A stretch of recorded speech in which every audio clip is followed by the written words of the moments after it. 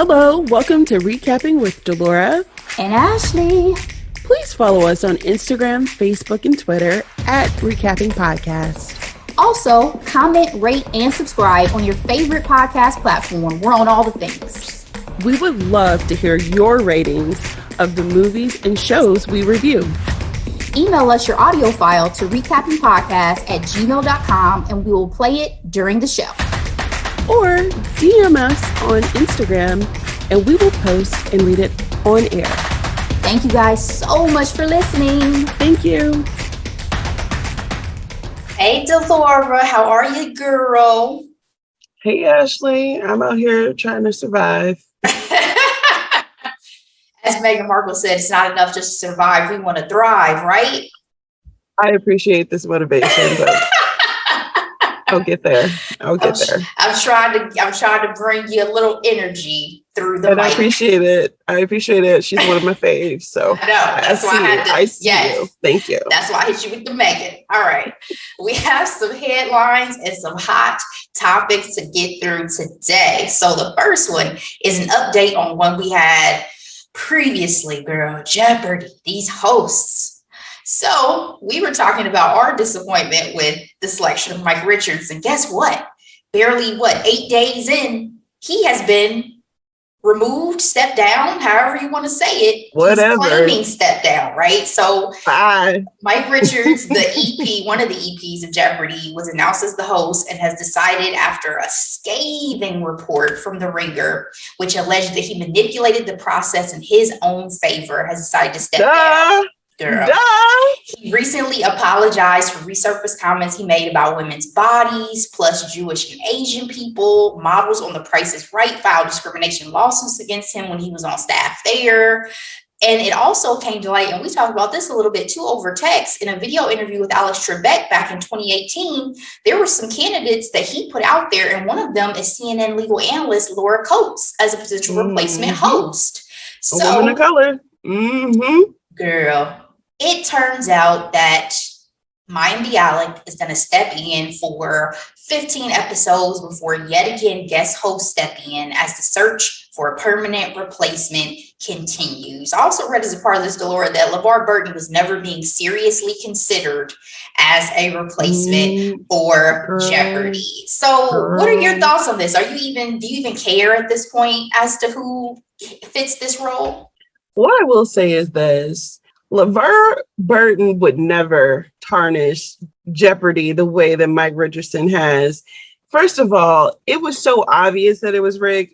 You do not have a months-long campaign with guest hosts, giving the audience or what, the right likes to call the woke mob, what they want with, people of color, women, guest hosts and all that, just to pick a guy who didn't even audition from behind the scenes, one of the decision makers, and it's like, oh yeah, let me just step up into this iconic position without any experience. Right. Gross. It was gross. And if they had picked LeVar would have never embarrassed them in this way. I feel like this move has tarnished Jeopardy's reputation because they are one of the most prestigious game shows on television, period. And if he really wanted to do something, he should have left as EP as well. So because that's the thing, isn't it? Yeah, you may be stepping down as host, and I read his statement and all of that, but you're still behind the scenes and you're still going to have a big hand in how the show continues to run and who is going to really be the replacement host. But you know what, LeVar, even if this doesn't work out for you, baby, guess what? Ava DuVernay has got your back because she tweeted that she's trying to create a show right now for him to host to make an international hit. He replied, check your DM. So LeVar, I'm not worried about you, baby. Ava got your back. Ashley, he taught a generation to read. If that is not a viable replacement for the great Alex Trebek, I don't know what is. Yeah, I mean, I think I am checked out at this point in terms of the replacement, especially after this article about LeVar came out. It's like, okay, so it's probably not going to be anybody exciting. Maybe they'll put Mayim in as the permanent host now, but it's definitely coming off as a boys club for sure, the good old boys club. Yeah, I mean, they call LeVar not the right fit, but Mike Richards was the right fit or the white fit, Delora. Okay, moving on. Our next headline, Steph Curry's parents are getting divorced after 33 years of marriage. Now, Delora, you sent me this article this week, but things have taken a messy turn. Turns out both of them are now claiming that the other was cheating. So essentially, Steph and Seth Curry's mom, his sister, is the one who filed for divorce back in June, citing marital misconduct. He apparently filed as well, accusing her of acts of illicit sexual misconduct prior to their separation, and then lying about the alleged incidents. He's saying she's living with another man. She's saying, I'm not living with another man. I'm just seeing another man. Alimony. But to make matters worse, apparently she said, listen, he was unfaithful through quite a number of years in their marriage, and that it was known to family and close friends. Basically, it was an open secret. She said she didn't initially expose the details in one final act of trying to protect him and the family from possible public exposure and scrutiny, but that him accusing her of being unfaithful left her with no choice. Delora, obviously this is huge news given who Steph Curry is, given his sister's own fame as well. What do you think about this? 33, sorry, other brother. What do you think about this marriage after 33 years crumbling so publicly? Okay, so when I first heard this news, I originally thought sometimes relationships run their course, right? Like sometimes you could be with somebody for a long time and, you know, amicably break up. I guess I'm assuming that there'll be a level of maturity, but with the amount of mudslinging going on between this is a lot uglier than I anticipated. So yeah. I will also mention in my initial thoughts, I thought about their children immediately. Like sometimes when couples break up with adult children, it hits their children a lot harder than maybe even if they were younger in some ways, I feel like, because everything, your foundation has been shaken essentially. Like you thought your parents are going to be together forever and they didn't make it forever. And so I immediately thought, especially given like the religious undertones of that family. Absolutely. Actually, because I was thinking about, you know, Steph and Aisha and how they are like the beacon of like first loves and of all Christian ways. Values. And so honestly, with all this going on in the media, they apparently don't care that much about the kids either, because they're trying to get the upper hand in this situation. It's ugly, but you can't be surprised by, you know, people who, as you mentioned, wear the cloak of Christianity, because some of the hottest messes happen. Girl. Don't I know? That veil, you know what I mean? So I remember when you said this to me, I said, oh, they ready for some strange after 3 decades. But I wasn't expected to be this right. I wasn't expected for it to have started and her cheating, right? And for it to potentially have been going on for years and years and years. But it's just another one of those cases to me too of like, you never know what's really going on behind closed doors. Because they are picture perfect. Yeah, you should never be like, oh, such and such a relationship goes. We have no idea what really goes on behind the scenes. But it's obviously unfortunate. Even the light skins, you know what I mean? No colorism in the adultery community. You know, everybody can get it. I mean, hopefully Steph and Aisha don't look at this. I don't know what Aisha's parents' situation is. I don't know either. Yeah, I know about her mom, but I don't know. I don't know. Yeah, but hopefully this doesn't, you know, affect them. Because that's a great point about sometimes it gets you harder as an adult because you process it way differently than you would have something like this happen when you were a kid, right? And we're able to move past it. Whereas this probably is a big blow to his family dynamic and family unit, his own values and perceptions possibly of marriage. So great point, Laura. All right, moving on. Chloe Bailey, girl, you know, we talk about Chloe and Halle quite a bit on this podcast. And Miss Chloe Bailey is set to make her friends of the show. They are. We love them so much. Hey, girls. Chloe is set to make her solo debut, Delora, at the 2021 VMAs. So basically we had seen on social that Chloe was teasing this upcoming first single she has called Have Mercy. And it is basically going to be that debut song that she chooses to perform at the VMAs in anticipation of her solo album. How do you feel about this, Laura? I know you've said before that you feel like, you know, they can all go off and do their own solo projects and they'll still be a unit, but do you feel like maybe there might be a little bit of a distance that gets drawn between them and their music dynamic because Chloe's about to go off and do her solo thing? No. I'm still not seeing it, just because they're still very close. And her sister's about to be a whole entire Disney princess. So she is. So she got to do something, you know what I mean? And that is her. She got to do something. She can't sit at home. Yeah. And so, you know, I'm excited. I'm excited to see what she has to offer as a solo artist. You know, she's a fellow Cancer, so much love. I mean, I don't want them to break up, I think is my main thing. I don't even know if it would will. But see, the thing is for me is like, I don't even know if it will be a matter of them breaking up because they want to, or like, let's say Chloe is a Beyonce and she just hits and just skyrockets, and then there's no longer that space for them to come out and be a duo the way they have been. I hope that's not the case. Not that I don't want Chloe to have great success, but do you know what I mean? Like sometimes that solo person goes off, Justin Timberlake in sync, right? It's like, okay, now I've just skyrocketed. He never wanted to go back. And even during his freaking Super Bowl performance, he couldn't even throw them a couple of bones. Well, you know, I think he felt like he has so outgrown the era of pop music and what NSYNC represented and, you know, all of that stuff. But that is his foundation. It absolutely is. And that honestly, was still my favorite Justin Timberlake. Okay. You couldn't tell me nothing when he was in that curly hair, even though that was cultural appropriation, looking back at it. You can tell me nothing. No strings attached. Justin Timberlake is still my favorite. Gonna be mine. Do you know I have all those videos on DVD? I'm sorry. I love them so much. The choreography, okay? Like, no, they were, it was a whole era. For anybody who's younger, it was a whole era. And those are some of the best videos back in the early 2000s.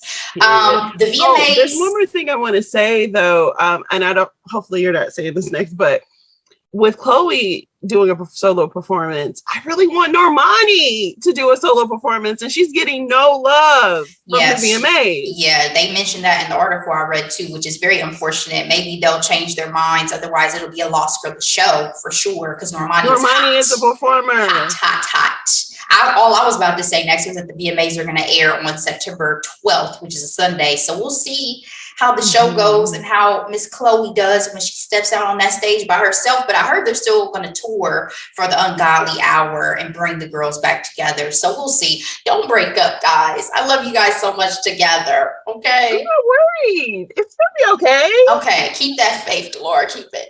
All right. And our final headline, Spider-Man Far From Home trailer has dropped. It was originally leaked. I keep saying Far From Home. Spider-Man No Way Home. Far From Home was the last film. Spider-Man No Way Home has dropped. It was originally leaked, but has now officially dropped. And Laura, it has set a new all-time record for the most global views in the first 24 hours. 355.5 million views. That far surpasses the previous record held by the trailer for Avengers Endgame, which picked up 289 million views when it debuted in December 2018. What do you think about this trailer? Are you excited for the next Spider-Man? So out of that number, I watched it about 4 times.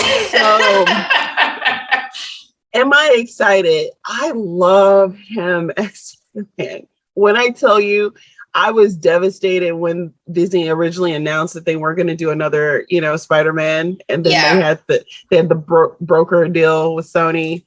I mean, Tom Holland himself had to go speak to some people. He was in tears. He was get torn. That deal done. Okay? Yes, and so, I love him. He's so cute.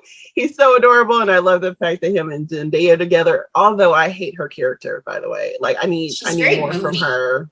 I need more from her. But I'm here for it because guess what? Part of our recap next week, Ashley, plays such a major role. We go further into the multiverse. So we sure do. We saw Doc Ock return in this trailer, which they said was a very, very badly kept secret, right? We have been hearing about this for a while. Mm-hmm. And the last thing I'm going to say, the other reason why I was so excited to see this trailer was because they weren't supposed to release a trailer. Like, that was a big deal. I think about a month ago, they were like, oh, we're not going to release any trailers because we want people to go to the movies. That was their, original strategy to get people in theaters. But I'm excited. I highly doubt that I'll still go in the theaters. Sorry, Marvel.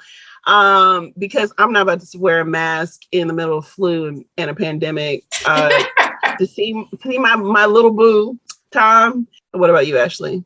Yeah, I mean, I'm excited. This drops in December, so we'll see where I'm at with the going in person to a theater vibe by then. But I'm definitely excited. I mean, I love Marvel. You'd be hard pressed to find me not watching a Marvel film when it releases, exactly. And this is no exception. And Tom Holland, we didn't see Black Widow. You're right. An exception to the rule. My apologies. I intended to see it. It just, it's just one of those things. So apologies. Sorry, I didn't mean to be messy. No, it's all good. You got me there because you're right. Black Widow. Ugh, sorry. That was the first. That may be the first. Captain Marvel may be a close second because Brie Larson does nothing for me as Captain Marvel. I saw both of those in theaters. But yeah, Black Widow. Yeah. Isn't there two? There's just one. Then why am I thinking there's two? She's in Infinity Wars. Why am I thinking there's two though? There's going to be two. There's going to be a second one. Okay. It's all a part of this fourth phase that I'll be talking about. Guys, don't mind my brain today, obviously. But my point is, I am excited. We'll see if I go see this in theaters when it drops December 17th. And to your point, Tom Holland now is my favorite Spidey. So I'm here for it all day. All right. Now let's get to hot topics. Our first one is one that I was not expecting whatsoever. Busta Rhymes had a whole rant, meltdown, I don't know what you want to call it, back in June, but this is just going viral this week.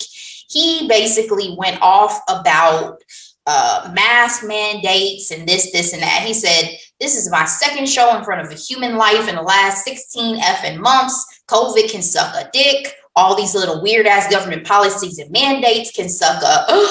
And it's called the God-given right of freedom, right? No human being is supposed to tell you that you can't breathe freely. F your mask. Some of y'all might feel differently, but F your mask. We can't eat food with the effing mask on. We can't even see each other's smiles with the mask on. Delora, he goes on to talk about picking up women and how that wouldn't work with a mask. I was baffled. I wasn't expecting this hot topic to pop up, but once I saw it, I figured, we got to discuss. So give me your thoughts, sis. What do you think about Busta falling in line with Governor DeSantis? Actually, I can't even say I'm disappointed because I have zero expectations for Busta Rhymes to talk about anything about public policy, health. I just want him to spit his rhymes at the speed of light. You know what I mean? And that's about it. On Twitter, Alicia Garza, one of the founding members of Black Lives Matter, she tweeted this meme. The sign guy that likes to put up signs about like random things like pull down the toilet seat or something silly. He has this sign that says, rappers are not leaders of Black people. And she's like, thank you for coming to my TED Talk today. I just find whatever you want to call it, a fit, a rant, terribly irresponsible. There's too many people who've lost their lives to COVID-19. This is not a game. This is not an opinion. These are facts. I recently lost a family member from COVID-19. You know what I mean? And I'm only saying that because that's how close it hits home. You know what I mean? Yeah. So sickening. But, at the same time, that's giving it too much emotion. I have no emotion really towards him other than just being tired. And I'm tired. What about you, Ashley? Yeah, same page. Again, when I saw it, I was like, well, this was quite unexpected. But I mean, when's the last time I feel like I've heard or talked about Busta Rhymes? I couldn't tell you. Girl. So the irrelevance of it definitely is felt on my part as to why you chose to step on this stage and say any of these things. But he I'm not trying to really talk about him, but he out there out of breath. Well, that was something that was in this Premier Health. That's something that was in this article I read too, Delora, is that he had a respiratory issue that almost took his life previously. So you of all people know that if you would get COVID, you may be out this world. You know what I mean? So yes, definitely irresponsible, definitely confusing, baffling, because for me, whenever I hear people talk like this, like people bring up the most superficial things. We can't even see each other's smiles with a mask on. Take your ass home if you don't want to wear a mask. Like, I don't understand your argument. What are you saying? What are we saying? Who's wearing a mask while they're eating? Nobody. You don't want to wear a mask. What? I don't. You worried about picking up women. Don't worry about picking up women. Take your ass home. Again, not like I don't think he's on anybody's radar as being like, you know, an oracle or a beacon of knowledge or information out here in these streets. So I hope that his fans and anybody at the show took this ish with a grain of salt and keep it moving. I don't think he's going to change the minds of anybody who does not believe what he believes. You know what I mean? It probably reinforces for some of them who are in the crowd, like, yeah, F mask. And everybody else is like, let me get the F up out of here. Because clearly this man does not care about our health and safety. For our last hot topic, Delora, we are talking Jay-Z and Beyonce. So Jay-Z and Beyonce dropped a photo shoot this week with Tiffany and Company, highlighting a priceless Tiffany diamond that has only been worn by 3. Now Beyonce makes the 4th woman since its discovery in 1877. Beyonce is the first Black woman to wear this jewelry, and it really sparked controversy. This was for an About Love campaign is what it was titled. It sparked controversy because people were bringing up the fact that most likely this is blood diamonds, and Jay-Z and Beyonce being the artists that they are. And, you know, they've kind of highlighted so much in terms of the Black community and Black culture and African culture and all these things. How could they potentially be supporting something like this? And when I listened to Higher Learning, I know Fan Lathan went on a whole rant additionally about not being mascots for these white-owned luxury brands and all this and that. But Delora, you know, we love Jay-Z and Beyonce. Was this a mark against them in your book, or did you fall in line with the, hey, they got a check and they gave $2 million back to the Black community, so it is what it is? What were your thoughts? My thoughts, if this were 2008, this would have been fire. It would have been fire. I love Tiffany's, always have, but we are at a different level of consciousness as a society, especially Black people. And sometimes these type of moves that Jay-Z and Beyonce make can be a little confusing, may I say, inconsistent sometimes, because, you know, they talk about communities, they talk about Blackness, and I appreciate it because it does instill a level of pride and acceptance. However, they're still capitalists, you know, i.e. him being a billionaire, and they gonna get that bag. Mind you, we live in a capitalist society, so some would say they won, right? They're winning. I do feel a little conflicted because I was not excited over the stat that she's the 4th woman to wear this necklace and being the first Black woman, just because, again, how many Tiffany's turn around Black people through the century? Like, they've been around for like a good 100 and something years. You know what I mean? Well, when you talk about a white man finding a diamond back in 1877, I'm like, what lands was this stolen from? Like, that's absolutely my first thought. You know what I mean? Yep. So I definitely get the criticism, and I definitely get the inconsistency thought, because, you know, when Jay-Z partnered with the NFL, I was very conflicted about how to feel about that. You know what I mean? Especially when we saw certain Black artists like Rihanna refusing to participate in the Super Bowl. So it's like, what are you going to do that's really going to affect the change, Jay-Z? So I agree. It seems like sometimes they are a couple who, yes, their platform, it seems like they really try to utilize, and I'm sure they do a lot that we're not even aware of. But publicly, some of these things seem like they could hit gray areas when we're talking about things that seem like, is this really, are you really thinking this through? Is this really for the benefit of us or just for the benefit of you to continue to build your empire? Tiffany's probably never had Black people in charge of a marketing campaign. You know what I mean? And so obviously with them being the superstars that they are, I get it. I actually have it on one of my bucket list items to buy me something from Tiffany's, even before Beyonce and Jay-Z. I just feel like I kind of don't want to do it now that this controversy has come out.